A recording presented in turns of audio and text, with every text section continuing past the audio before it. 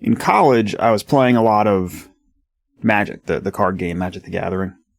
Toward the end of college, we were getting heavily into a format that relied on older cards. So I ended up acquiring / buying / trading for whatever, a handful or a good kind of stable base of some of these older cards.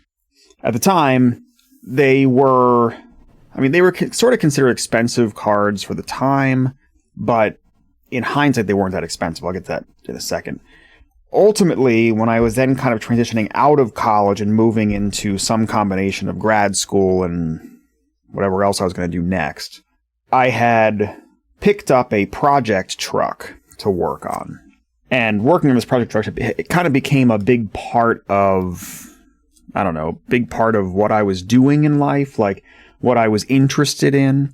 So I'd kind of moved away from a group of people who were playing a lot of Magic, and I was more in tune with another environment where we were kind of working on cars, for lack of a better way to phrase it.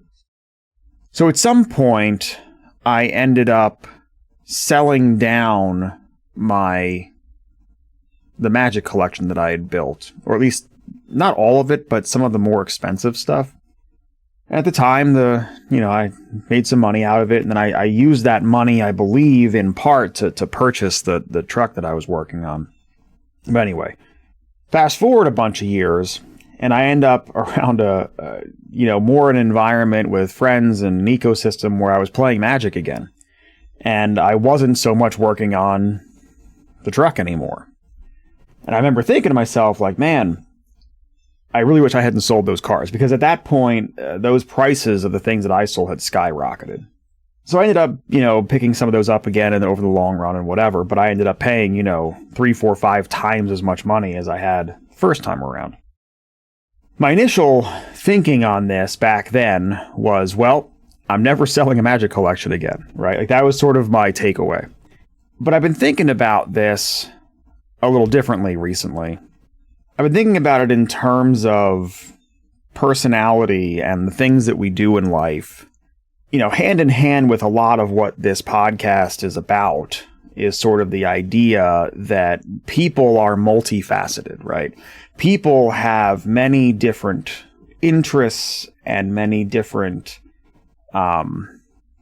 things they like to do, and many different talents, and many different phases in their life, and many different people in their life. And people are multifaceted in a way that sometimes doesn't come off, because a lot of times, you meet somebody and maybe you think that they have 2 or 3 main defining traits, right? And those are their traits, and then they kind of get earmarked in that way in your head. But in reality, there's all sorts of things there that, until you're around them more often or over a longer period of time, you may never, think about. But the point in saying all this is that my little example, right, where at some times I was playing a nerdy card game and at other times I was working on a truck, two like different times in my life, different phases in my life. But then I circled back to the first one, and it made me think. It's been sticking in my brain. I've been thinking about the lesson there is not just don't ever let go of anything. That's not really the point. It's probably also not a healthy viewpoint to begin with. I think it's more about center stage. And what I mean by that is that if you assume that all people are comprised of, again, many different interests and many different things that they could dive into in their life, sometimes some of those things will be front and center. Again, like in college, I was playing a lot of Magic. That was a defining trait for me. That was a big part of my life. And my mistake when I was leaving that environment was assuming that I was done with it. I wasn't done with the interest. It's just that it was taking a step back, right? And something else was stepping into the limelight. Something else was coming to center stage that was then going to be that big part of my life for a while until it stepped back for something else. I think I've been thinking about this a bit.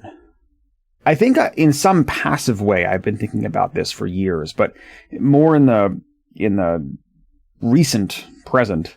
I think I've been thinking about this a lot because I think it's a healthier and better way. Well, let me back up.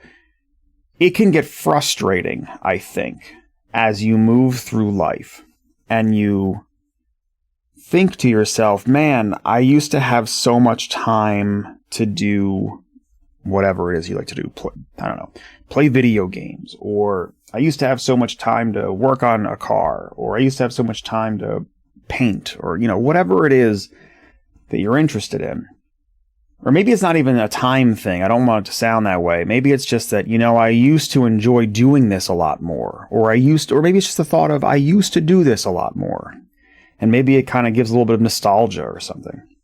That can get frustrating because maybe that thing that you no longer do, for whatever reason, be it time or interest or money or, whatever the reason is you no longer do that, if that was a real defining trait of yours, if that was something you had tied your identity to, where part of your identity was doing this thing, was painting, part of your identity was working on old cars, part of your identity was playing a collectible card game, and then you don't do that anymore, I think it gets frustrating because it's almost like you've lost a piece of your identity over time, right?